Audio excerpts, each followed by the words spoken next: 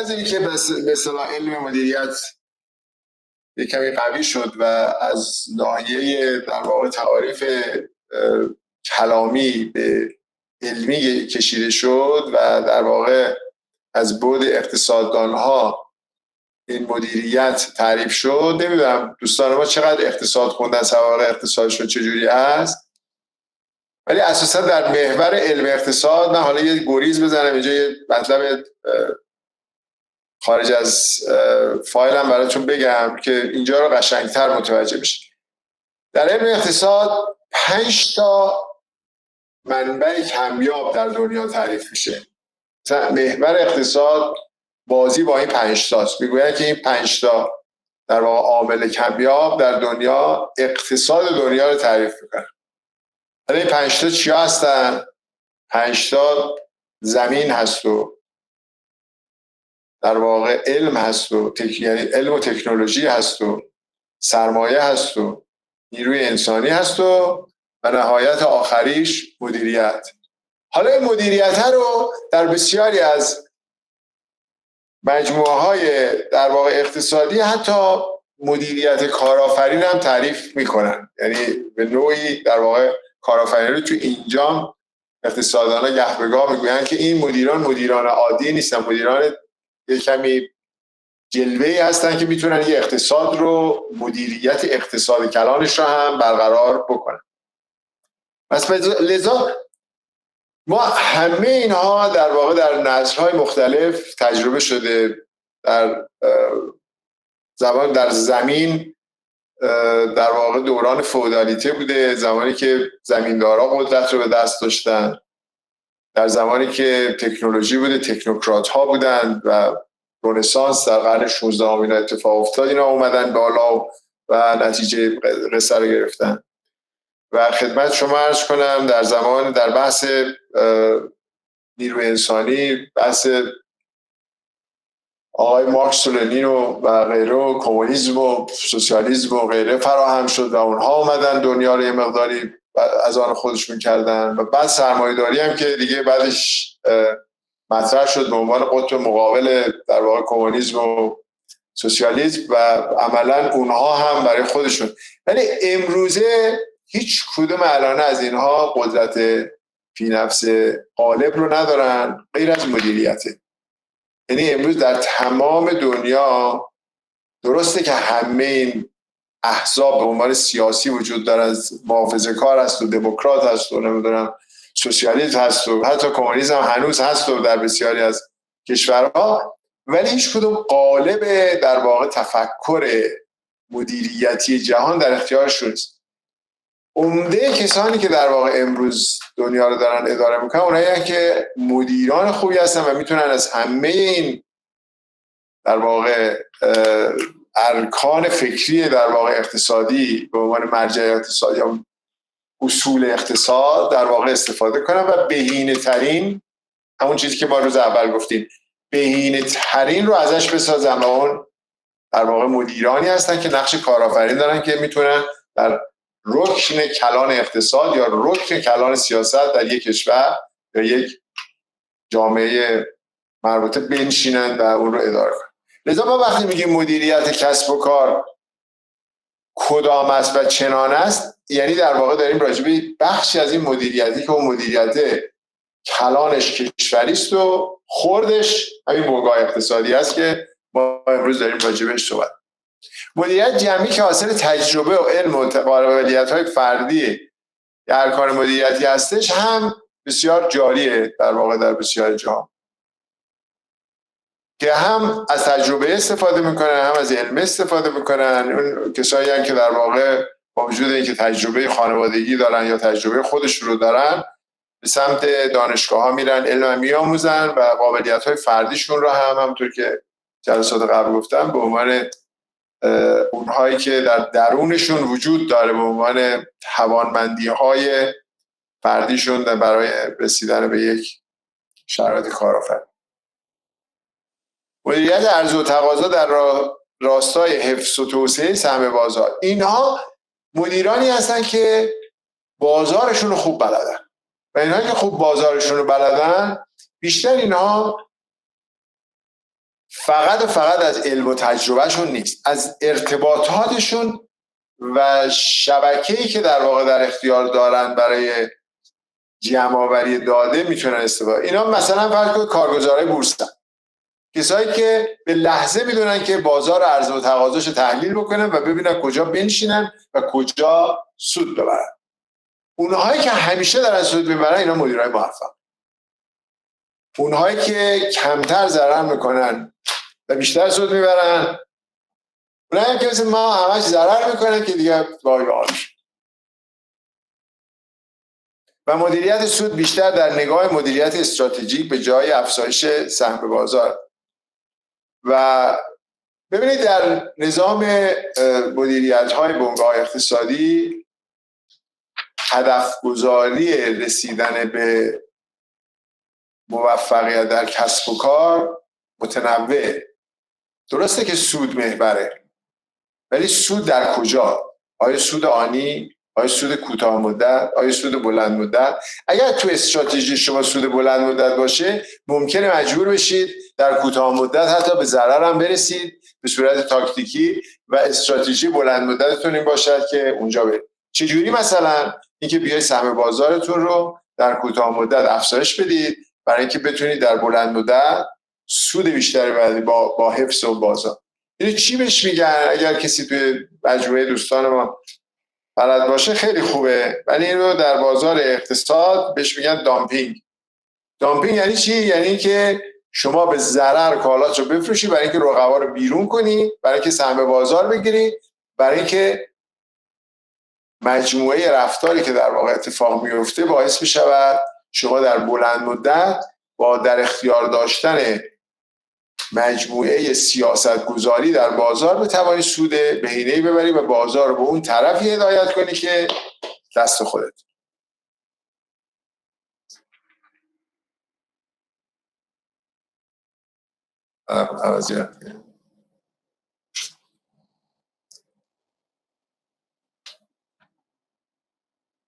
حالا این که شما قرار مدیر موفق کسب و کارتون باشید و چگونه باید باشید، این یکی از اون سوالاییه که خیلی با ارزشه. من فکر کنم دوستان ما بد نیست یه مقداری یواش یواش با خودشون خلوت کنن، گهبگاه ببینن که میخوان این مدیر موفق بشن. واقعیتش ببینید تمام اصول و فنون علم مدیریت رو باید داشته باشه و خودش رو مرتب به روز کنه.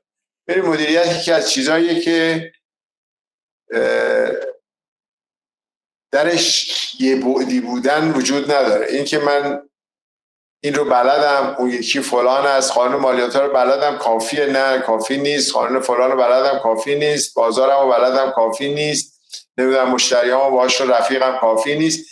چرا؟ برای اینکه تو رقابت هر جایی که شما نتوانید در اونجا قدرت خودتون رو ارائه بدید، جای ضعف شماست که رقبا میپرن روش و میشینن و شما رو زمین میزنن.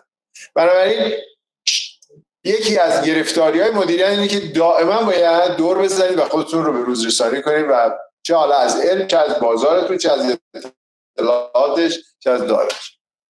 اطلاعاتتون باید حتما درست باشه. اطلاعاتی فیک و دریوری و حاشیه‌ای و اینا رو بریزید دور. حتما باید به روز و به لحظه باشه، جامع برای تحلیل تصمیم گیری که حالا دوستان ما یواش یواش در کیسایی که میدن تحلیل تصمیم گیری رو یواش یواش باش آشنا بشید که به چه ترتیبی باید تحلیل کنید و تصمیم بگیرید. حتما تجربه کافی برای انجام فعالیت‌های تاکتیکی و دفاع و حمله در بازار رو داشته باشه و بتونه خودش رو حفظ کنه و بتونه توسعه بده. بتونه گردش عملکرد کسب و کارش رو بهینه اداره کنه. التهاب زیاد به وجود داره. التهاب اصلا نه در اقتصاد نه در کسب و کار خوب نیست. هر جایی ببینید هی التهاب به وجود میاد، سعی کنید به عنوان یه مدیر خوب التهاب رو از اون سازمان خودتون بگیرید. ایجاد التهاب کردن موجب بروز بحران و صدمه و عدم ترازی بین ارکان مختلف می شود و این قطعا در بلند مدت به شما ضرر زیان خواهد. قوانین رو باید بدونه، به اونها عمل کنه، همه نیروی داخل و همه نیروهای بیرونی رو مدیریت بهینه بتونه کنه. مدیریت یک گاه اقتصادی مدیریت فقط خود نیست، مدیریت کسب و کار نیست، مدیریت یکی از عمده‌ترین مدیریت‌هاش مدیریت منابع انسانی و امور مرتبط به منابع انسانی در جهت بهینه‌سازی و توازن بین این آدم است. قطعا سودآوری رو برای سهامداران، عرضه بهینه برای مشتریان و شرایط مطلوب رو برای همکارانش بتونه این مدیر لایق و شایسته فراهم کنه. ان شاء الله همتون برقرار بشین. از این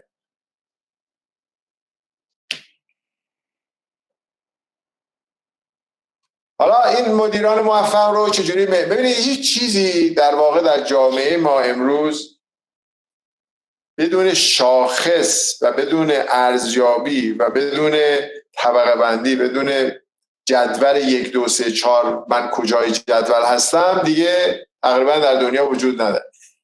آدما، بیزنس‌ها، چه بدونم، دولت‌ها، شاخص‌های اقتصادی، همه رنک بندی دارن، 1 2 3 4 دارن که من شاگرد اولم، شاگرد دومم، شاگرد دهمم، رفوزم، به علاوه منام. برای خودتون معیارها رو بدانید که معیارها چیه. ملاک ارزیابی مدیران بر اساس قانون تجارت سوده. اون هم مورد تایید بازرس قانونی باید باشه. یعنی اون چیزی که بازرس قانونی در قانون تجارت میگوید تایید کرده و شما سود آوردی، اگر بالا باشه شما مدیر خوبی هستی، اگر پایین باشه و ضرر بکنی مدیر بدی هستی. خلاصش این در قانون تجارت به عنوان قانون معیار برای ارزیابی مدیر. تداوم فعالیت گسترششون به طوری که سودآوری محکمتر و بیشتر بشه. این که فقط شما در یه لحظه، یه سال، یه دوره سودآور باشی بعدش بخوری زمین فایده نداره. مدیر خوبونه که این سودآوری رو تداوم داشته باشه، بتونه با حفظ سازمانش، حفظ بقای بازارش، حفظ مشتریانش، حفظ نیروهای انسانیش، حفظ سیستم موفقش بتونه محکمتر و بیشتر بتونه برقرار باشه و سودآور باشه. مسلماً شاخصه هایی که در ترازنامه صورت سود و زیان و عملکرد هر سازمان بنگاه اقتصادی هست خودش یک معیار موفقیت مدیران تلقی میشه که بسیار در جامعه های اقتصادی این محور برقراره و برای همینه که در بورس هم هر 3 ماه یک بار از شرکت های بورسی میخوان که صورت های مالیشون رو بیارن بزنن تو بورس. چرا؟ برای اینکه در بورس شاخص ارزش سهام اونا از این صورت های مالی تعریف میشه و ارزش گذاری میشه. ایجاد، حفظ و توسعه برند برای سازمان و کسب و کار یه معیار دیگری است از مدیریت. برندهای خوب قطعاً مدیرای خوب پشتشون هستن. اینطوری هر برندی در واقع که ساخته میشه نمیتونه به وجود بیاد و مدیر خوبی پشت سرش نباشه. اینو حتما بدون. تعاریف برندهای خوب نشان دهنده مدیریت‌های خوبه که به اینجا رسیده. اگر شما می‌بینید چه می‌دونم مایکروسافت مثلا یه برند خوبیه توی دنیا مورد قبوله، قابل اعتماده، نمیدونم فلان نمی‌کنه، شما همه اطلاعات رو بهش بیسپری، شما امین میدونیش، مشخصا تعاریفی که در واقع به عنوان یک چارچوب ارتباط امانتداری و معتبر در واقع وجود داره، شما به اون میدی، یعنی مدیریت مایکروسافت رو تایید میکنی به اینه که این حتما خوبه. و شاخص رضایت همه ارکان طرف عملیات نماد مدیریت موفق. کار سختی اینه که در مدیریت همه راضی باشه، ولی به عنوان یه نماد، به عنوان یه آرزو، به عنوان یه چیزی که در واقع وجود داره، همه مدیرا دلشون میخواد همه ارکان و کسانی که باهاشون دارن کار میکنن ازشون راضی باشن. حالا خوب و بد و بالا و پایین همه به یه نوعی رضایت برقرار بشه. برای مدیر خوب هر چی تعداد راضیایی که دور و برش هستن بیشتر باشه، این مدیر مناسب تر است. یعنی از نظر معیار. حالا یه چند تا از اینا رو هم دوستان ما انتخاب کردم برای شما و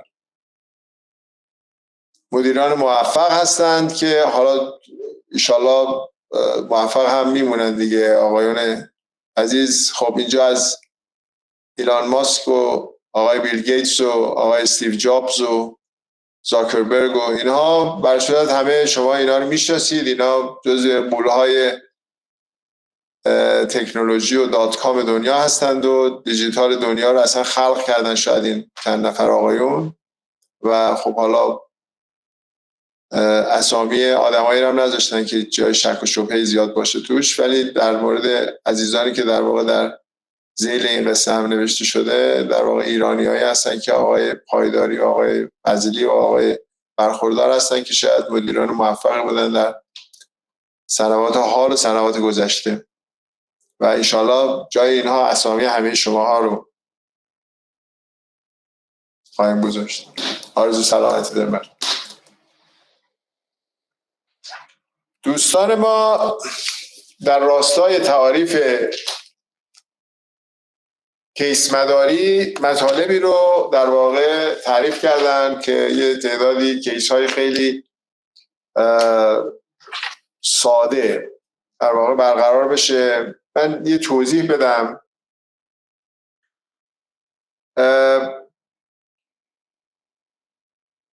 مدیریت در واقع کلان از ابعاد علوم و در واقع در شاخصه تعاریفی که امروز در دنیا مطرح هست، محوریتش از 4 محور اصلی در واقع فراهم میشه و اون در واقع برمیگرده به علم و دانش و تجربه. همین چیزایی که الان ما گفتیم در راستای یک مدیر، اینها رو داشتن و اینها رو در وجودش پروراندن برای اینکه بتواند مدیر موفقی در راستای حرکتش باشه.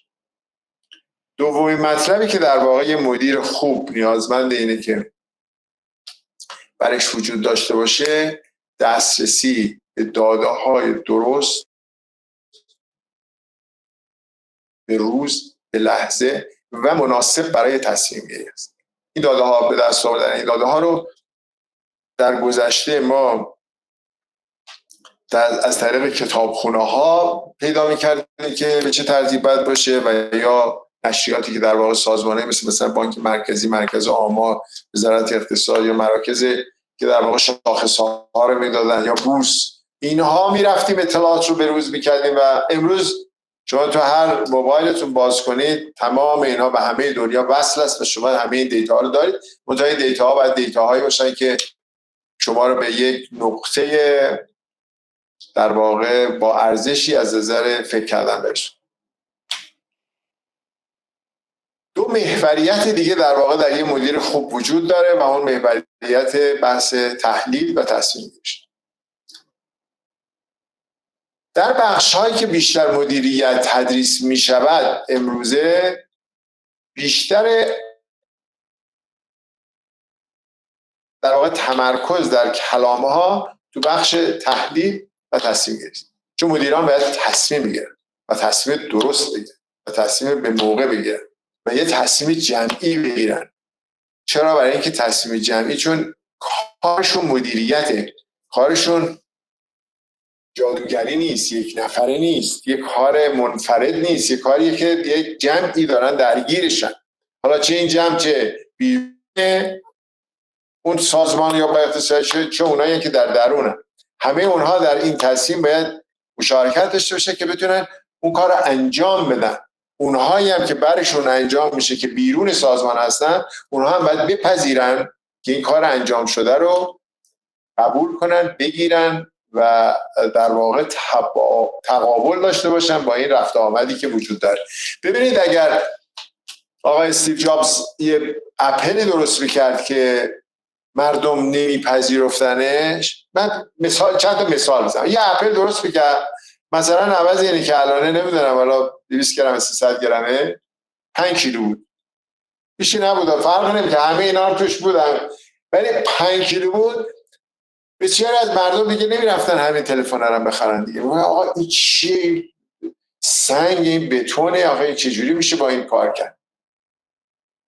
بنابراین افرادی که مشتریای شما، افرادی که پتانسیل های ارتباط شما با اونا هست، باید اون کاری که شما میکنی رو بپذیرن. برای مدیر نمیتونه فقط خودش تصمیم بگیره در رو ببنده، این تصمیمش باید هم تو سازمانش هم بیرون سازمانش به نوعی، نمیگم 100%، ولی با یه اکثریتی باید مورد تایید قرار بگیره.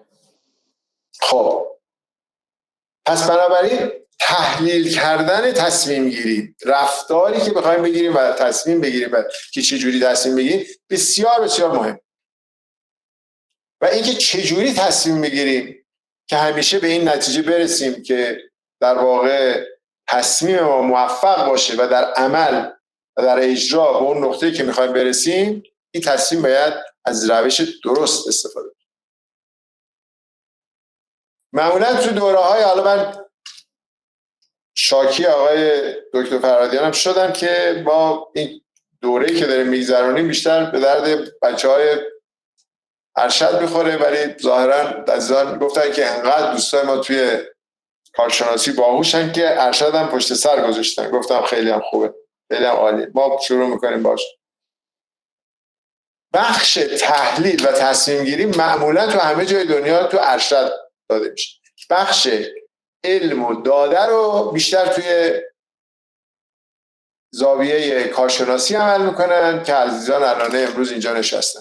ولی ما چون درسمون اصلا اگر وارد تحلیل و تصمیم گیری نشیم، وارد مدیریت نشدیم، و مطمئنا دوستان دیگر ما در کلاس‌های دیگه مدیریت‌های علمی و مدیریت‌های در واقع داده رو و مسائل اینچنینی رو حتما خدمت شما عرضه میکنن تو کلاس‌های دیگه. ما اگر راجع به کارآفرینی صحبت میکنیم، کارآفرینی یعنی درست و بهینه تصمیم گرفتن، بهینه تحلیل کردن. اگه ما این رو حذفش کنیم فقط از کارآفرینی یه لغت میمونه.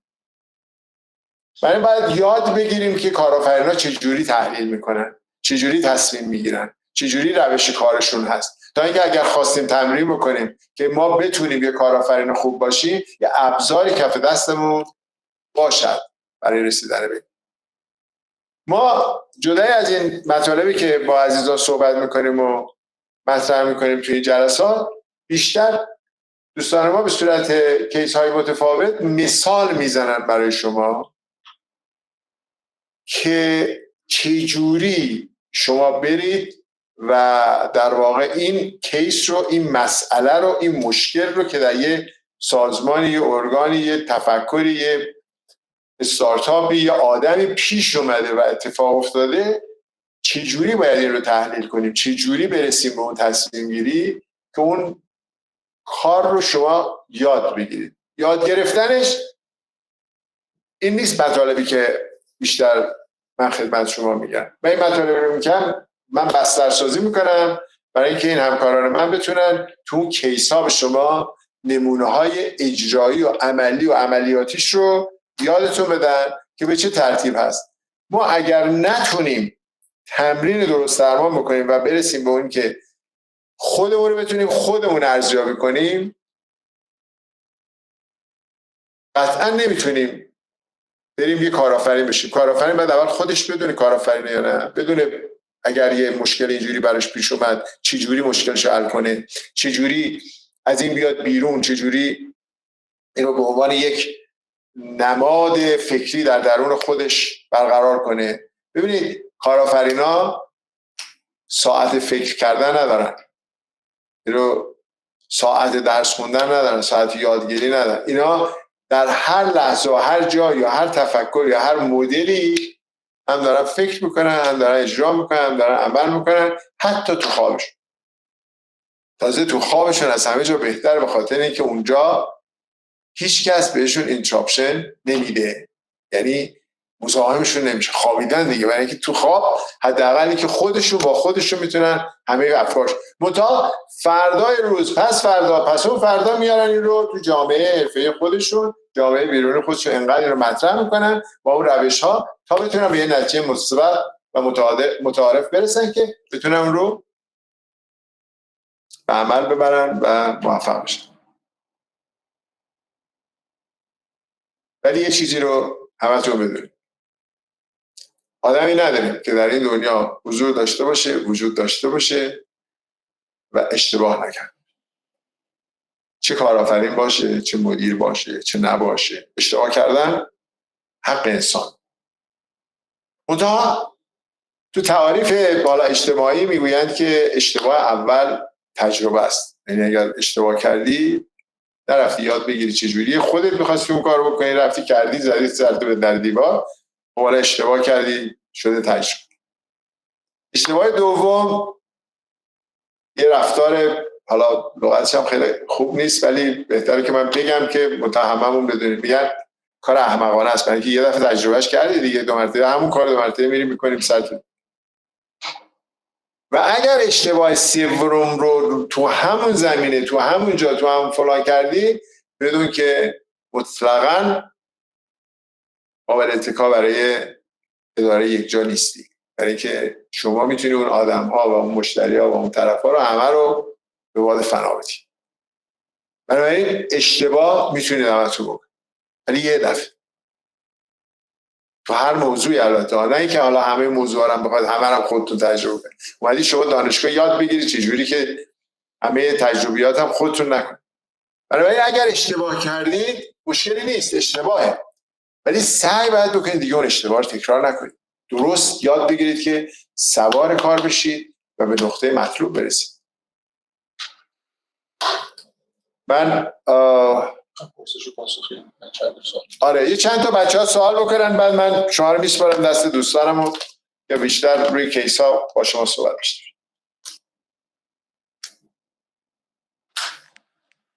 استاد عزیز و گرامی آقای دکتر سعیدی عزیز، واقعا لذت بردیم. خود و قوت و خسته نباشید.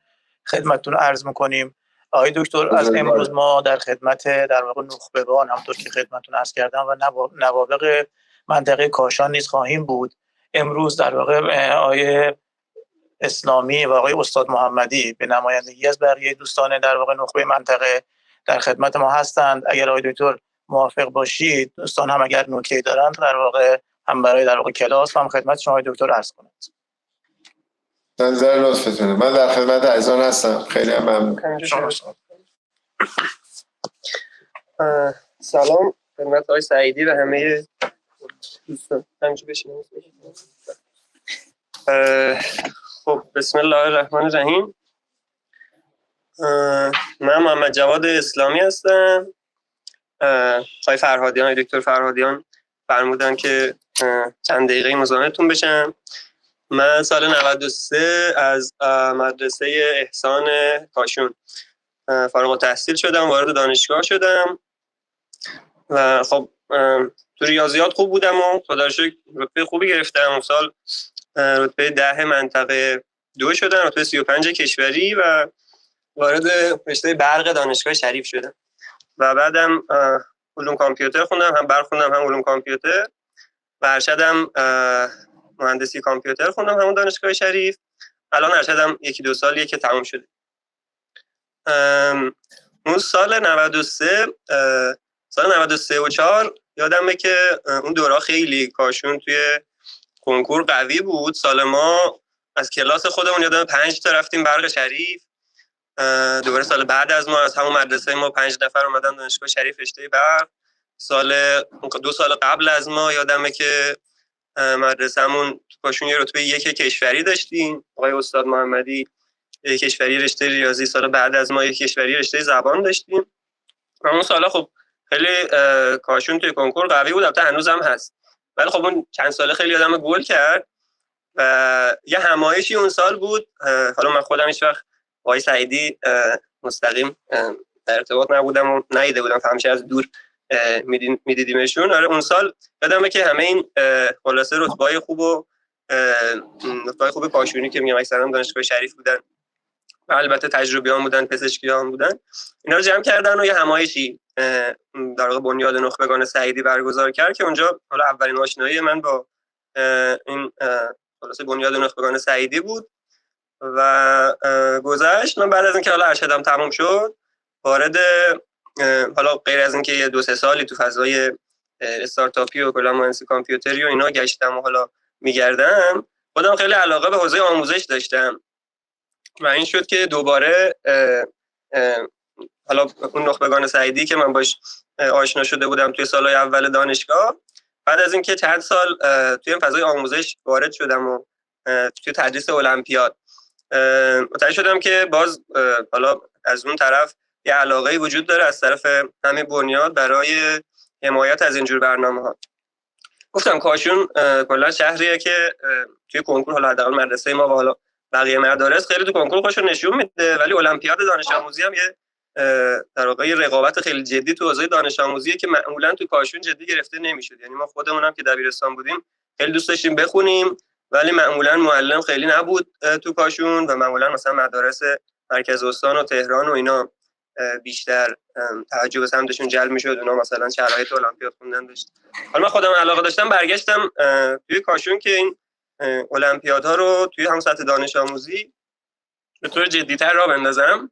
یه 3-4 سالی مشغول شدم تا این 1-2 سال خدا رو شکر خود مدرسه‌ام، یعنی خود شهر کاشون و به طور خاص خود مدرسه سمپادش خیلی نتایج خوبتری گرفتن که این باز تشدید کرد این جدی گرفته شدن المپیاد و یه جورایی داره عقبه درست میشه برای بقیه دانش آموزایی که الان توی مدارس کاشون هستن برای المپیاد خوندن.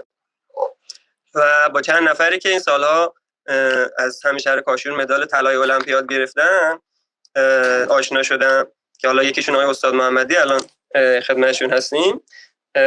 من حالا خیلی و حالا امسال یعنی در واقع اون آشنایی ما با بنیاد نخبگان سعیدی و این علاقه‌ای که به تدریس المپیاد و جا انداختن المپیاد داشتیم باعث شد که امسال دوباره خلاصه بتونیم یه تعاملی بکنیم با ایشون و خیلی کمک کردن و الان فکر می‌کنم که به زودی، یعنی الان که شروع کردیم یه دوره جدی المپیاد برای دانش آموزان، فکر می‌کنم سال‌های آینده بتونه خیلی موفق و عالی پیش بره. من فقط یه توضیح بدم، حالا دیگه خیلی صحبت نمی‌کنم، میدم به آقای استاد محمدی. یه توضیح بدم که مدال توی المپیاد دانش آموزی، حالا شاید همه اونایی که اینجا نشستن خیلی باهاش آشنا نباشن. المپیاد دانش آموزی رقابت رسمیه که خب مدال طلاش تقریبا در حد رتبه 1 کنکور یا حالا بگیم مثلا رتبه مثلا یه رقمی کنکور. مدال‌های طلای المپیاد میتونن بدون کنکور برای دانشگاه بشن، هر رشته و هر دانشگاهی که خواستن، و بعدش هم هر سال یه تیم ملی توی اون چند تا رشته المپیاد داره ایران که خب اونا میرن به رقابت‌های جهانی و اونجا ممکنه مدال بگیرن و اون مدال دانش آموزی تو المپیاد جهانی خیلی خیلی رزومه قوی حتی برای مثلا مقاطع ارشد و دکترا. و حالا اینجوری که ما خیلی از هم دوره‌ام تو دانشگاه شریف بودن با همون مدال جهانی خلاصه که تو دوران دانش آموزی گرفتن، خیلی مثلا دانشگاه خیلی عالی تو مقاطع تحصیلات تکمیلی بورس شدن. حالا این توضیح اولیه رو دادم برای اونایی که خیلی با المپیاد دانش آموزی آشنا نبودن. حالا دیگه ادامه توضیحاتو میدم با آقای استاد محمدی، ایشون هم خودشونو معرفی کنن، هم حالا چند تا مدال دیگه‌ای که کاشون تو این سالا داشته اگه معرفی بکنن خوبه. و خب حالا فکر کنم توضیحات بیشتری هم درباره بنیاد نخبگان سعیدی دارن که میتونن بدن. خیلی ممنون، ببخشید اگه طولانی شد. سلامت باشید. از شما خب به نام خدا سلام عرض میکنم خدمت دکتر سعیدی و همه حضار داخل جلسه. خب راستش همونطور که گفتم، حالا من مهدی استاد محمدی هستم، مدال طلای المپیاد نجوم حالا هم کشوری هم جهانی و دانشجوی رشته کامپیوتر دانشگاه شریف. راستش حالا همونطور که گفتن، چون حالا هم خود آقای اسلامی گفتن که حالا هم علاقه به آموزش دارن و هم المپیادی بودن مثل من که المپیادی بودم، من خیلی حالا چون میگم اون شرایطی که ما داشتیم، حالا مدال هایی که گفتن من معرفی کنم، سال من در حقیقت سالی که من مدال شدم و سال بعدش ما 3 مدال طلا توی المپیادهای فیزیک، نجوم و زیست داشتیم توی کاشون، بچهای کاشونی، و حالا یه نفر دیگه هم نقره المپیاد نجوم شد که خب همین و اینکه حالا ما سختی‌هایی که کشیدیم توی اون روند این مدال ها رو گرفتن، خب قطعاً چون توی کاشون المپیاد خیلی بی اهمیت بود قبلا و معلمای خیلی زیادی نداشت، معلمای داخل مدرسه هم خب قاعدتاً به اون المپیاد خیلی آشنایی نداشتن که بخوام حالا چه تدریس بکنن چه به ما معرفی بکنن. به واسطه این حالا چون من حالا خودم به تدریس علاقه داشتم و اینکه دوست داشتم که برای باقی بچهای کاشون، چون حالا میگم کاشون المپیادی هاش مخصوصا حالا کسایی که بودن خیلی بچهای با استعدادی بودن و کسایی هم که با استعداد بودن و نتونستن آشنا بشن با المپیاد، خب قطعا اگر یه مسیری پیش روشون میذاشتن که آشنا بشن با این روند اینطور مسابقات، خب قطعا میتونستن استعدادهاشون رو شکوفا بکنن. من به واسطه همین خیلی دوست داشتم که حالا ادامه مسیر توی دانشگاهی که داشتم و اون کنارش یه سری حالا آموزش ها برای بچهای کاشونی بذارم که حالا بعد از اون که حالا این تصمیم رو گرفتم با آقای اسلامی هم آشنا شدم، تصمیم گرفتیم که حالا با اون تیمی که داریم بچهای المپیادی کاشون و حالا بچهای غیر کاشونی، یعنی حالا مدال‌های طلا و نقره و برنز شهرهای دیگه که حالا ما باهاشون آشنا هستیم و در ارتباط هستیم، یه مجموعه خوبی از حالا بچهای المپیادی و مدالدار رو داشته باشیم که برای بچهای کاشونی تدریس انجام بدیم. و خب همین باعث شد که یه برنامه خیلی قوی رو حالا از تابستون شروع کنیم، برنامه‌هاشون رو بچینیم، بریم با مدارس صحبت بکنیم. مدارس حالا سعی کردیم که چون می‌خواستیم برای سال اول خیلی حالا قاعدتاً نمیشه پرقدرت شروع کرد، سال اول از مدارس سمپاد شروع کنیم و رفتیم حالا با 4 تا مدرسه سمپاد کاشان، آرام میدگل صحبت کردیم و با بچه‌ها صحبت کردیم. یه سری حالا همایش‌های گذاشتیم در مورد معرفی المپیاد و سعی کردیم که بچه‌ها رو آشنا بکنیم و حالا اون علاقه‌مندا رو جذب بکنیم برای کلاس‌ها که حالا با لطف و کمک‌های خود حالا شما جناب آقای سعیدی که حالا هم از لحاظ مالی، همین که ما حالا مشکلاتی رو داشتیم برای برگزاری کلاس دختران، حالا به واسطه حالا مشکلاتی که خود اداره پیش پای ما گذاشت، اداره آموزش پرورش، که حالا به واسطه لطف شما و کمکی که کردید میتونیم حالا از این به بعد کلاس ها رو هر کلاسی که نشه توی مدارس برگزار کرده توی خود همین دانشگاه برگزار بکنیم و این روند ادامه دار باشه برای اینکه بتونیم مدال های خیلی بیشتری رو برای بچهای کاشونی داشته باشیم و امیدوارم که حالا حداقل طی سال‌های آینده این بچه‌ها مدال‌ها رو بیارن که باز به سال پایینی‌های خودشون تدریس بکنن و این روند ادامه دار باشه، مثل شهرستان‌های حالا که خیلی قوی هستن تو این روند، مثل تهران و مشهد. کاشان هم یکی از این قطب مدال‌آوران ایران باشه. امیدوارم که اتفاق بیفته. مرسی از همگی. ببخشید که وقتتون رو گرفتم زیاد.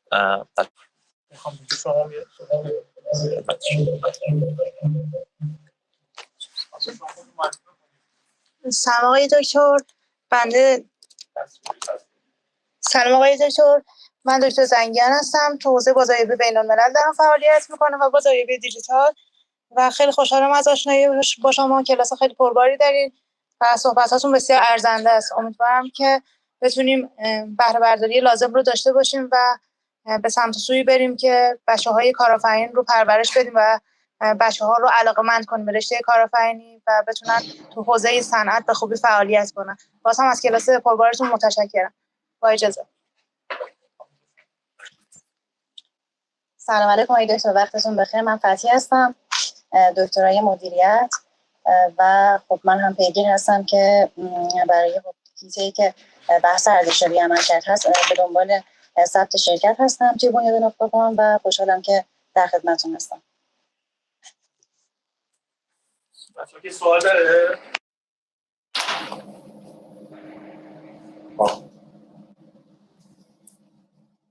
قطع شدیم.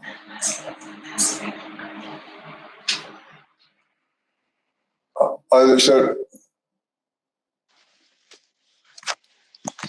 سلام آقای دکتر. در مرحله اول خیلی ممنونم بابت وقتی که گذاشتید و خیلی مفتخرم از اینکه در کلاس شما حضور دارم. بنده چند سال گذشته همراه با تیمم توی لیگ علمی کارآفرینی شرکت کردیم و در مرحله آخر با اینکه کاملا اون مرحله ایده محور بود و ما باید به عنوان یک کارآفرین ایدهمون رو مطرح می‌کردیم و توی مقیاس خرد اجراش می‌کردیم و ارائه می‌دادیم، تیم من با اینکه ایده بهتری داشت طبق گفته داورا و پتانسیل بالاتری داشت، به خاطر ارائه ضعیف اون ایده ما نتونستیم مقام اول کسب بکنیم. سوال منم حالا در همین مورد، حالا اون یک مسابقه بود ولی خب قطعا خیلی از دانشجوی حاضر توی این کلاس قرار در آینده حالا در مقابل سرمایه گذارا بخوان ایدهشون رو ارائه بدن و پرزنت بکنن.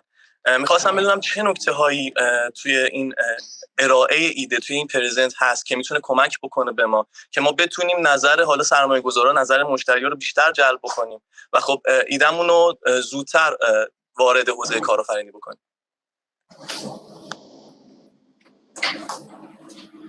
خب من چند مطلب خدمت عزیزان عرض کنم، بعد اگر سوالات دیگری بود از آقای اسلامی و آقای استاد محمدی خیلی تشکر میکنم در زمینه فعالیت هایی که در واقع دارن میکنن در راستای حمایت از نخبگان جوان در واقع کاشان و تعاریفی که در واقع دارن در این زمینه که به نظر میاد که بسیار ارزشمندیه.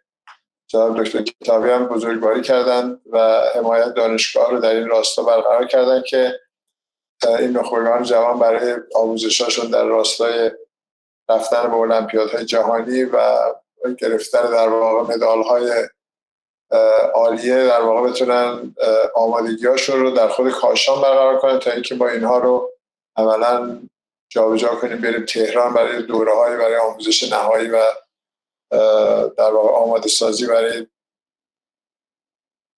گروه امتحاناتی که قرار است اتفاق بیفته. این کار بسیار پرارزشیه، در واقع بنیاد نوابق ما هم پیگیر این ماجرا هست و فکر میکنم دوستانم در دانشگاه کاشان و خود کاشان همه به این نقطه رسیدن که اتفاق بیفته. انشالله از سال آینده این کلاس ها برقرار بشه و دانش آموزان ما میتوانند در این کلاس ها برقرار باشند و ما هم به این نقطه برسیم. این دوستانی که در واقع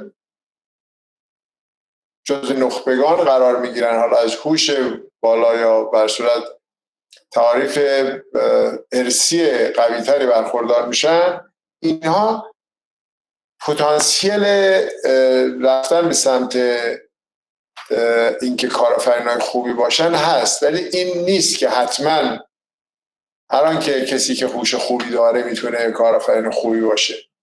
اینها باید در واقع خودشون رو با علم و تجربه و با ممارست به این نقطه برسونن. در همین که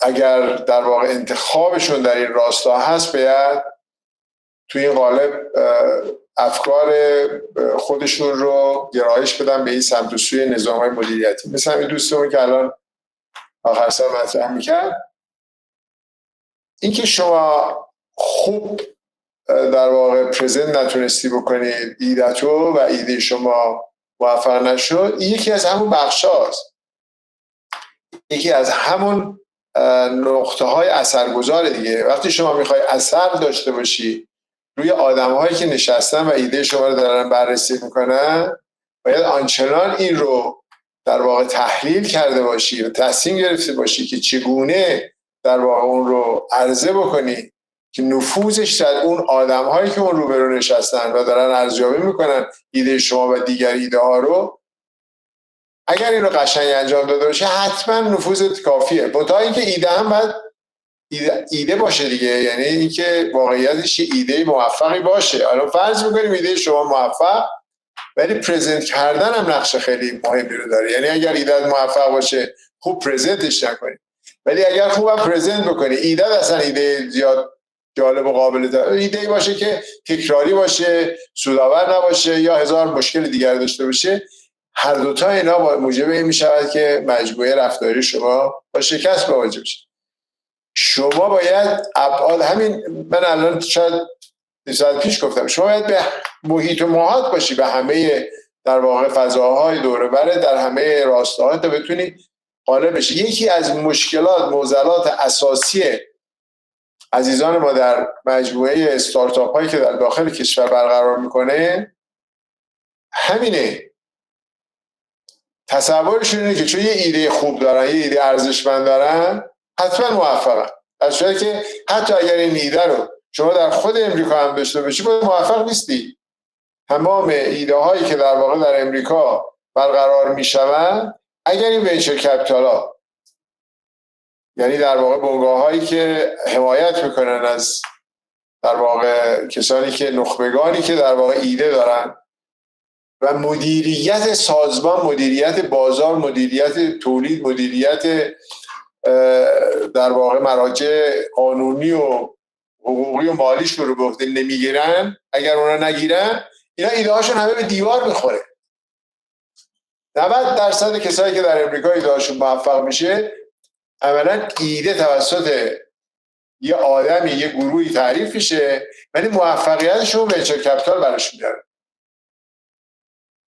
اون در واقع مرکز که هم بهش منابع مالی میده، هم مدیریت میده، هم ایدهشو دیولپ میکنه، توسعه میده، رفتارش رو درست میکنه تا اینکه ببرش تو بازار ارزش کنه، به نقطه مطلوب برسونه، همراه با خودش، یعنی این جدا نیست از هم و تا به اونجا برسه. بنابراین تمرین کنیم. این که ما یه ایده خوب داریم بقیهش حل شد، متاسفانه بسیاری از دوستان ما توی کشور با این روش میرن و آرزوهاشو متاسفانه به در دیوار میخوره و نتیجه مطلوب هم نمیگیرن. برای ما اینجا داریم همین رو میخوایم بگیم که در واقع برای موفق شدن، برای پیروزی در بخش مدیریت ایده های نو، حتی من حتما یه جلسه راجع به استارتاپ ها مطرح خواهم کرد. اون عزیز ما هم میتونه روی این قضیه. از اساتید محترمم تشکر دارم که در این جلسه خدمتشون هستم. اگر فرم و صحبت و رفتار و شاید مطالب ما شبیه مدل‌های کلاس شما و کلاسیک نیست اونطور که باید شاید باشه، ما رو ببخشید. این بیشتر به این دلیل هستش که ما مطالبمون رو در جایگاه بنگاه‌های اقتصادی درون مدیران خودمون مطرح می‌کنیم و سعی می‌کنیم که این جو و این تفکر، این رفتار رو عیناً بیاریم سر کلاس که بچه‌ها یاد بگیرن که به چه ترتیب در واقع تو جامعه حرفه‌ایشون بایستی در چالش قرار بگیرن، توی بحث و گفتگو قرار بگیرن، برینستورمینگ کنن و بیان در واقع ایده هاشون رو بتونن چجوری به کرسی برسونن. این خیلی کلیدی ارزشمنده برای کسانی که بتونن حرفهاشون و خواستهاشون و توانمندی‌هاشون رو در یک گوشه‌ای از مجموعه سازمانشون بتونن اثرگذار بکنن. حتما انشاءالله همتون تو این زمینه‌ها آموزش کافی رو دیدید و این گوشه‌هایی که شاید هم به نظر ما میرسد اینها رو هم براتون میگیم. انشاءالله کامل جامع میشید و جزء نخبگان و کارآفرینان و نوابغ کشور در واقع در بازار کار مؤثر واقع شید. عزیزان اگه سوال دیگری ندارم من شما رو بسپارم به همکاران خودم و از امروز خداحافظی کنم تا انشاءالله هفته آینده خدمتتون باشم. سلام، وقت همگی بخیر. من رجبی هستم، در خدمتتون هستم. خانم مظاهری یه نمونه از حالا کیسایی که می‌خوام خدمتتون ارائه بدیم، دو تا کیس خیلی کوچیک و سرراست بهتون میگیم که حالا ببینید مثلا کلیت کیس چجوریه و حالا بیشتر میگم یه مسئله خاص متمرکز این دو تا کیس رو خیلی کیس جامعی قرار نیست باشن، بیشتر نمونه. اولین کیسی که در واقع حالا این دو تا کیس بیشتر در واقع مؤسسه‌های مشاوره بیزنس گرفته شدن که به صورت خیلی خلاصه از پرونده‌ای که داشتن و مراجعینی که داشتن دو تا کیس جمع جور مثلا ارائه کرده بودم. کیس متنوع بود، ما دو تا انتخاب کردیم که امروز بهتون یه توضیح بدیم روشون. اولین کیسی که مطرح میشه اینه که فرض کنید که در واقع یکی از دوستان شما میاد و میگه که من الان توی شهر کمبریج انگلستانم، شهری که شهر حالا دانشگاه محوره و در فاصله 1.5 ساعت لندن قرار داره و میگه که من یه فرصت میبینم که کافی شاپ را بندازم و اومده که از شما مشورت بگیری که خب حالا به نظر شما آیا خوبه یا نه و چه کار میشه کرد و ایده خوبی هست یا نه. اولین کاری که باید انجام بشه اینه که یک ستاپی از این کیس، از این مسئله اتفاق بیفته. باید یک چارچوبی بهش بدیم که حالا یه سوال ساده‌ای که آیا من این کافی شاپ بزنم چه ابعادی داره و چه جوری میشه اونو بررسی کرد. چند تا سوال خوبه که اینجا از هم دیگه بپرسین و در واقع بهش پاسخ داده بشه. یکی اینکه اصلا این فرصتی که برای ایجاد این کافی شاپ می‌بینید چقدر فرصت خوب و بزرگیه، چقدر هزینه میبره مثلا این راه اندازی این کافی شاپ و چه استراتژی می‌خوای به کار ببری برای اینکه وارد این بازار بشی. خب حالا میام طبق ستاپ این کیس فرض کنید که این سوالا مطرح میشه، دوستتون هم خیلی استقبال میکنه و در واقع میگه که خب حالا فکر میکنم که اگر بتونیم یک تخمینی از بازار در واقع بازاری که وجود داره برای کافی شاپ ها و مصرف قهوه بتونیم داشته باشیم، شاید بتونیم مسائل خیلی بهتر پیش ببریم. بنابراین میریم سراغ این که بیایم در اولین قدم بازار این مسئله رو یه تخمینی ازش داشته باشیم. و حالا دوستتونم میگه که حالا ممکنه که در واقع مسافرینی هست، توریستایی هستن تو این شهر میان و میرن، خب اونها هم میتونن جزء مشتریان من باشن، اما فعلا تمرکز رو بذاریم روی کسانی که تو خود شهر دارن زندگی میکنن، ساکنین خود کمبریج. خب به طور کلی ما 2 تا روش رو میتونیم در نظر بگیریم برای اینکه بیایم بازار رو تخمین بزنیم تو این زمینه. یه روش در واقع از بالا به پایینه و یه روش از پایین به بالا، برعکس هم دیگه. تو روش از بالا به پایین ما میایم از اسکیل های بزرگ شروع میکنیم، از اون کل جمعیت مثلا اون شهر شروع میکنیم و میریم جلو. حالا یه سری ضرایب میزنیم، یه سری افراد رو کم میکنیم ازش که جزء مشتری ما احتمالاً نیستن، تا برسیم به اون تقاضایی که میتونه برای کسب و کار ما وجود داشته باشه و سعی کنیم یه تخمینی برای اون در بیاریم. حالا ما تو این مثلا میایم از همین روش بالا به پایین استفاده میکنیم و چجوری میریم جلو. فرض میکنیم که در واقع میایم جمعیت کمبریج رو 100,000 نفر در نظر میگیریم. خب همه این 100,000 نفر که قرار نیست مشتری ما باشن، قاعدتاً یه تعدادشون حالا سنشون کمه، اصلا قهوه نمیخورن، خب باید این مسائل رو در نظر بگیریم. میتونیم فرض کنیم که 80% این آدمای بزرگسالن. حالا این ضریبایی که مثلا اینجا الان تو این کیس ما آوردیم و داره بررسی میشه، اینا خودشون خب دانش میخواد، بینش میخواد، قاعدتا مطالعه میخواد. خیلی از اینها بازار رو شناختن درش تاثیر داره که شما بتونید ضریب مناسبی انتخاب کنید. شما یه ضریب بالا پایین کنید ممکنه کل تخمینتون اشتباه بشه و اصلا اون نتیجه‌ای که میخواید بگیرید رو نتونید بگیرید. بنابراین خیلی مهمه که این ضرایب هم به درستی انتخاب بشن و با یه دید و با یه دانش خوبی انتخاب بشن. حالا تو این که فرض کرده که 80% در واقع با توجه به حجم جمعیتی که حالا اون شهر داره، 80% جمعیتش میتونه در واقع بزرگسالانش باشه. خب میاد در واقع جمعیت مستعد رو به 80,000 نفر کاهش میده. بعد فرض میکنه که خب 50% اینها در واقع قهوه میخورن با توجه به اون رفتارها و اون عادتایی که آدم‌ها توی اون شهر دارن، توی اون فرهنگ دارن. حالا مثلا نمیدونم برای آمریکا ممکنه خیلی بیشتر باشه، برای اینا ممکنه کمتر باشه. این ضریب میگه متفاوت میشه. فرض میکنه که توی در واقع کمبریج این 50%. بنابراین 40,000 آدمی که قهوه میخورن برای این کسب و کار وجود دارن. ولی خب همه آدمایی که قهوه میخورن لزوما باز دوباره توی کافی شاپ قهوه نمیخورن یا میزان مصرف قهوهشون مثل هم نیست. ولی فرض میکنیم که حالا به طور اوریج روزی یک در واقع لیوان قهوه مصرف میشه توسط هر فرد و 50% این قهوه‌ای هم که استفاده میشه توی کافی شاپ هست. 50%ش تو خونه استفاده میکنن، 50% میرن کافی شاپ و خرید میکنن. بنابراین تهش 20,000 تا لیوان قهوه در روز اون تقاضای بالقوه‌ای که توی این شهر وجود داره. خب حالا اگر فرض کنیم مثلا حدود 350 روز هر سال بگیریم، تقریبا حدود 7 میلیون لیوان قهوه برای یک سال ما تقاضا داریم و حالا بیزنس‌هایی که دارن توی زمین کار میکنن سر 7 میلیون لیوان دارن با هم رقابت میکنن. خب حالا ما یه تخمینی از بازار به دست آوردیم. مسئله اینه که خب حالا این بازارهای جذاب هست اصلا یا نه و چجوری ما خوبه که واردش بشیم یا نه، میارزه برامون یا نه. خب دوباره یکی از تحلیل‌های دیگه که خیلی سرانگشتی میتونیم انجام بدیم اینه که نقطه سر به سری ما کجاست. ما مثلا چند تا قهوه در سال بفروشیم اون هزینه‌های ما رو پوشش میده و بعد از اون به سود میرسیم.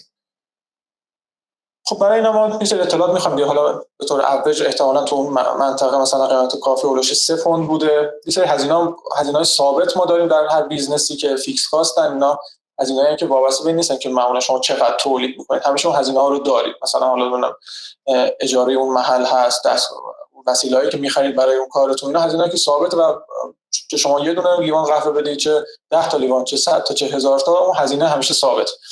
و اون یه سری هزینه‌ها هستن که خب فیکس نیستن دیگه، اونها وابسته به تعداد تولیدن و با تعداد عرضه‌ای که دارید متفاوت میشه. مثلا حالا یه هزینه برای باز کردن کافی شاپ داریم، یه هزینه سالانه هم برای اداره کافی شاپ داریم و در اصل هزینه وریبل، یعنی که برای هر لیوان کافی داریم مثلا 1 پوند. یعنی در واقع شما هر لیوان کافیتون 2 پوند داره به شما درآمد میده. خب برای اینکه بیایم نقطه در واقع سربسری رو حساب کنیم، باید بیایم حساب کنیم که کجا اون درآمد و هزینه‌های ما مجموعشون صفر میشه. یعنی در واقع کجا درآمد ما مساوی با هزینه‌های ما میشه. درآمد ما چیه؟ اون قیمت 1 لیوان قهوه زائد تعدادی که میفروشیم. هزینه‌مون چیه؟ یه سری هزینه فیکس داشتیم، هم هزینه اجاره و هزینه خدمات شود که دستگاه وسیله‌ای که خریدیم و این چیزها، و یه سری هزینه وریبل داریم که هزینه هر مثلا حالا قهوه‌ای که توی برای تولید لیوان قهوه استفاده میشه، خود لیوانش و هزینه اینجوری که وابسته به تعداد تولید. این هزینه رو که بزنیم در میاد که مثلا تو این کیس خاص هولوش 205,000 تا لیوان قهوه اگر در سال بتونه بفروشه، این در واقع از اون به بعد بیشتر از اون بتونه بفروشه وارد سوددهی میشه و با 205,000 تا هزینه‌هاش پوشش داده میشه. خب حالا باید ببینیم اصلا این 205,000 آیا جذابه یا نه. 205,000 تو اون 7 میلیون تقریبا مثلا 3% بازار میشه. خب این خودش خیلی به عوامل مختلفی بستگی داره دیگه. یه بازاری ممکنه یه جور باشه که شما 3% رو خیلی راحت بتونید بگیرید، مثلا با 4 تا در واقع تبلیغات کوچیک یا حتی با ارائه کیفیت خوب با تبلیغات دوام بدوام خیلی سریع بتونید 3% بازار رو بگیرید و خیلی اچیویبل باشه این در واقع 3% بازار و نقطه برابری سر به سریتون. ولی یه بازار ممکنه اینقدر رقابت زیاد باشه که خب نه، مثلا 3% هم خیلی سخت باشه. بنابراین این خیلی مهمه که حالا توی کلیت مسائلی که داریم بررسی می‌کنیم تمام شرایط رو ببینیم. حالا چه شرایط رقابتش، شرایط ورود در واقع رقیبای جدید، بحث خود حالا قیمت مثلا قهوه و اینها چه تغییراتی میتونه بکنه، قیمت فروشش چه تغییراتی میتونه بکنه، تقاضای چقدر مثلا حالا بالا پایین ممکنه بشه، همین مسائل رو در نظر بگیریم. ولی حالا مثلا تو این کیس ساده فرض کرده بود که خب همین شرایط اوکیه و مثلا این 3% خیلی عدد بزرگی نیست. بنابراین 2 تا جواب میتونه در واقع داده بود به این مسئله. جواب خوب و قابل قبولش اینه که خب بله، شما با 3% عدد زیادی نیست، میتونین اینو در واقع داشته باشین و فکر بدی نیست که یه کافی شاپ راه بندازین. اما جواب بهتر میگم اینه که در واقع حالا پارامتر دیگر رو در نظر بگیریم. ممکنه 3% خیلی عدد کمی باشه، ولی حالا چقدر طول میکشه تا به این 3% برسیم، چقدر در واقع رقابت زیاده تو این بازار، چقدر شرایط دیگه ممکنه اثرگذار باشه که ما اصلا بتونیم 3% بگیریم، یعنی اصلا کجا داریم ما کافی شاپ راه میندازیم، اون منطقه که راه میندازیم به لحاظ سنی آیا در واقع نزدیک هست به اون جایی که مثلا قهوه زیاد مصرف میکنن، یا در واقع اون فرهنگ اون محله یا اون جایی که داریم کار میکنیم آیا مناسبه، میتونیم مثلا سریع رشد کنیم و اسکیلی که اصلا داریم کار میکنیم تو این اسکیل هست نیست. اینا مسائلی که بالاخره باید در نظر گرفته بشه و توی این کیس در واقع میگه که جواب بهتر اینه که بگیم خب حالا باید مسائل دیگر رو شروع کنیم بررسی کردن. ولی خب این حالا یک کیس خیلی ساده و اولیه بود، میگم یه مسئله خاص رو داره در نظر میگیره، خیلی سرراست میگه که آقا این کار آیا درست است انجام بشه یا نه، یه 4 تا حساب سرانگشتی میکنه که در واقع بازار رو تخمین بزنه و بعد به نتیجه رسید آیا شدنیه یا نه با توجه اون اطلاعات و دیدی که نسبت به بازار داره. ولی تو کیس‌های آینده که در واقع کیس‌های متنوعی که وجود داره و خیلی گسترده هم هستن، شما با انبوهی از مشکلات و مسائل ممکنه که در واقع یک سازمان یا یک جا مواجه باشه. خیلی از این مشکلات ممکنه که خیلی شناساییشون اصلا سخت باشه که حالا دقیقاً از کجا، از منابع انسانی ما، از بخش مالی ما، از تولیدمون، از کجا. شناسایی اون گلوگاه‌های اصلی ممکنه خیلی سخت و پیچیده باشه و باید در واقع خیلی رو مطالبی که داره کیس ارائه می‌کنه متمرکز بشین، مشکلات مختلف رو در بیاریم تا بتونیم مسئله رو حلش کنیم. حالا کیس بعدی رو خانم مظاهری خدمتتون ارائه میدم. خیلی ممنون از همگی. سلام عرض می‌کنم، امیدوارم تا اینجا تا خسته نشده باشین. چیزی که مطرح می‌کنم خدمتتون اسمش هست کاسکیدینگ بد دیسیژن، به معنی تصمیمات بد آبشاری. یه شرکتی رو فرض کنیم که این شرایطی که الان خدمتتون عرض می‌کنم داخلش حاکم باشه. مشکل اصلی این شرکت این هستش که افراد به صورت منظم سر جلسات حاضر نمیشن. وظایفشون رو که وقتی که انجام میدن به ددلاین ها نمیرسن به موقع، یعنی کارهاشون رو سر ددلاین مشخص تحویل نمیدن. رایگیری ها توی جلسات معمولا خیلی عجولانه انجام میشه و لحظه های آخر افراد یه تعدادی از جلسه خارج شدن و دارن تشریف میبرن بیرون از جلسه، چون که یه سری کار دارن که باید انجام بدن و جلسه انقدر طول کشیده که به کارشون نرسیدن. حالا توی اون لحظه باید به صورت عجولانه رایگیریشون رو هم انجام بدن و حالا فرض کنین که چه شرایطی پیش میاد وقتی که اینا میخوان فکر کنن و رای بدن که حالا چه کاری رو برای هدف تیم انجام بدیم و درسته. مداوما استخدام انجام میده منابع انسانی و استخدام ها جدید هستش، مداوما نیروها رو از این بخش به اون بخش منتقل میکنه و خیلی کوتاه مدت هستش کارهایی که دست هر کسی هستش. یه گروه ارزیابی بود به نام MTM که این پروژه رو همونجور که آقای رجبی هم توضیح دادن اول فرمایشاتشون انجام میدادن بعد طی این مصاحبه اومدن اعضای این گروه MTM اومدن با اعضای شرکت صحبت کردن که متوجه بشن که ایراد این شرکت از کجاست. متوجه شدن که توی این شرکت اولویت‌های اصلی شرکت و اولویت‌های بخش‌های مختلف شرکت یکی نیست و ارزم حضورتون که این جابجایی‌های مداومی که داره انجام میشه توی شرکت باعث میشه که افراد وظایفشون رو به خوبی نشناسن و نتونن وظایفشون رو خوب وقتی نمیشناسن به طب درست و به موقع هم انجامشون نمیدن. علاوه متوجه شدن که این سیستمی که در پشت صدور وظایف هست به افراد، این سیستمی به صورت کاملا خودسرانه داره هدایت میشه و نظم و تعادل درستی پشت این نیستش. به نظر شما مشکلات میتونه ناشی از چی باشه؟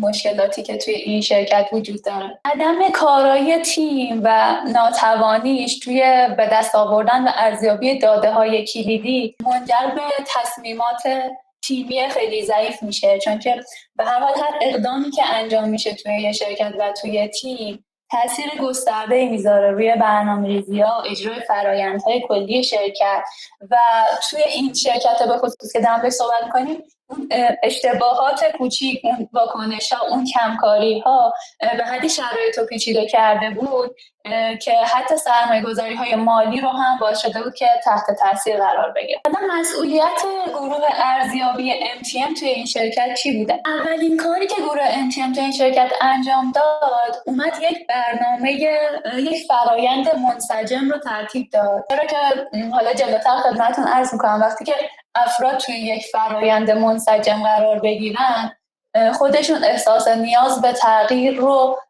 لمس میکنن. از خود اعضای تیم ها خواست که توی هر بخشی که فعالیت میکنن برن و اون چالش هاشون رو، اون باگ هایی که احساس میکنن خودشون توی این سیستم مدیریتی وجود داره در بیارن و خودشون لیستی ازش تهیه کنن. برن فرهنگ سازمانی شرکت رو در بیارن، ببینن که چه فرهنگی ببینن روی اون بیگ پیکچری که توی سازمان وجود داره، توی اون سیچویشنی که توی سازمان به طور کلی وجود داره چه اثری رو میذاره. به طور کلی لازم بود که همه اعضای تیم ها اون احساس نیاز به تغییر رو لمس کنن و از هر فرصتی برای مباحثه و اینکه بخوام بیان با هم دیگه صحبت کنن، ایده هاشون رو مطرح کنن، از هر فرصتی باید استفاده می‌کردن و مقتنع می‌دونستن که رشد و پیشرفت رو بتونن به تیمشون بیارن. حالا راه حل گروه MTM چی بوده به مسائلی که توی این شرکت دیده شده؟ این بود که تعیین تسک ها و تعهد افراد به تغییر کردن موجب میشه که تیم به سمت شناخت نقش‌ها و مسئولیت‌ها و به وجود آوردن فرایندی ساده برای تصمیم گیری کارا و حل مسائل پیش بره. از تیم خواسته شد که موانع اصلی که موجب عدم اتحاد این تیم با هم میشه رو شناسایی کنه و تیم متذکر شده که اولیش ارتباطات ضعیف میان اعضای تیم بوده و دومیش عدم شناخت وظایف و نداشتن زمان کافی برای انجام اون وظایف بوده. تیم خودش به لازمه این که باید تغییر کنه توی رفتارهای سازمانیش پی برده و مسئله اصلی که گروه MTM شناسایی کردن این بوده که توی این سازمان نیاز به احترام و همکاری، نیاز به احترام متقابل و همکاری بین اعضا باید شکل بگیره و باید این حس رو توی اعضای این تیم به وجود بیاره. 4 اقدام مهم رو گروه MTM برای این تیم لازم دونستن. اولیش این بوده که بیان رویکردهای جدیدی رو برای دستیابی به استانداردهای تعریف شده برای پروژه ها شناسایی کنن. دومیش این بوده که حل تعارضات توی قالب تیم ها انجام بشه و ورکشاپ هایی رو برگزاری کنن که داخل اونها آموزش هایی داده بشه و به درگیری هایی که بین اعضا هست رسیدگی بشه. مورد بعدی این بوده که برنامه‌های عملیاتی رو به روز رسانی کنن و اصلاحش کنن در جهت اینکه مسئولیت‌های جدید در قالب همون فرایند منسجمی که توی سازمان شکل دادن اخیراً در قالب اون مسئولیت‌های جدیدی به اعضا داده بشه. علاوه بر اینها اعضای تیم مدیریت و پروژه، یعنی افرادی که توی رأس هرم قرار گرفتن، به اونها قرار شد که آموزش‌های ویژه‌ای داده بشه در جهت اینکه بتونن تیم‌ها رو هدایت کنن و به اون هدف قایشون برسونن. نتایجی که انجام شد بعد از اینکه این اقدامات صورت گرفت و تیم‌ها این تغییرات رو به وجود آوردن، اعضا تسکاشون رو به درستی انجام دادن، نتیجتاً باعث شد که جلسات تیمی که مشکل اصلی شرکت بود ساختارمندتر بشن و طبق یک چارچوب زمانی مشخص پیش برن و امکان تبادل آزاد ایده ها فراهم بشه و نتیجتاً جلسات سازنده تر بشن. خوشبختانه بعد از این تغییرات اولین پروژه‌ای که به تیم داده شد با موفقیت همراه بود و گروه MTM تونستن این موفقیت رو با اون اعضای تیم ها جشن بگیرن. مورد بعدی این بود که احساس تعهد مستمر و اشتیاق به بودن درون اون تیم ها میان اون اعضا تونستش که یه استاندارد جدیدی رو توی اون شرکت پایه‌گذاری کنه که به یک الگو برای بقیه بخش ها و بقیه تیم ها بدل شد، به این صورت که بقیه بخش ها هم اعضاشون اون تیم هایی که داشتن درمشون فعالیت میکردن اشتیاق پیدا کردن که بیان تقلید کنن و ببینن این تیم مورد بررسی که گروه MTM روشون فوکس کرده بود و کار کرده بودن چه روشی رو پیش میرن. مدیران عالی خیلی متذکر شدن که دقت کنیم ببینیم این تیم دقیقاً داره چه کاری رو انجام میده. بقیه تیم ها رو هم مجبور کردن که همین روش رو انجام بدن. در کنار موفقیت‌های گروهی، موفقیت‌هایی که فرداً فرد افراد اومدن اونها رو به دست آوردن رو هم مورد توجه قرار دادن و ماحصل این جلسات برنامه‌ریزی شده تعهد و احترام بیشتر بود که توی جلسات حس می‌شد که افراد بین گفتگوهاشون با هم دیگه چه ارتباط نزدیکی رو تونستن به دست بیارن. حالا یه نتایجی که گروه MTM اومد بعد از بررسی این کیس بهش رسید که اون نتایج رو بقیه افراد و بقیه شرکت ها هم میتونن ازشون استفاده کنن، در قالب چند تا نکته و نصیحت عنوان کرده. میگه که از انجام امور به صورت خودسرانه و تکرو بپرهیزید و مسئولیت پذیر باشید. نکته بعدی این هستش که میگه که توی هر بحث و گفتگویی یه ارزشی نهفته است و از ارزش اون بحث غافل نشید. تمرکزتون رو روی یک فرایند منسجم بذارید. باعث میشه که اعضای تیم به جای اینکه به چگونگی انجام کارها بخوام فکر کنن، به چرایی انجام اون کار فکر میکنن و فکر میکنن که برای چی اون کار باید انجام بشه، نه اینکه چطور باید انجام بشه. اینکه تیم‌ها وقتی که به دنبال ارزش‌هایی مثل حس همدلی و ایجاد حس همدردی هستن با همدیگه، باعث میشه که از اون لول متوسط بالاتر برن و اون تیم یه لول بالاتری رو تجربه کنه، از حد معمول به اصطلاح فراتر بره و اعضا به نوع دیگه‌ای تشویق میشن. و آخرین مورد هم هستش که تغییراتی که به وجود میاد توی این تیم مطمئناً به بهبود نتایجی که تیم به دست میاره منتج میشه و فرهنگ سازمانی که برای اون افزایش بهره‌وری توی سازمان شکل گرفته بود ارتقا پیدا میکنه که خب مستلزم احترام به شیوه‌های اساسی ارتباط و مذاکره و پذیرش نظرات مختلف و تعهد به اون سازمان خواهد. ممنونم از توجهتون. تشکر میکنم از اینکه تشریف آوردید، وقت گذاشتید. انشاءالله هفته آینده در خدمتتون هستم.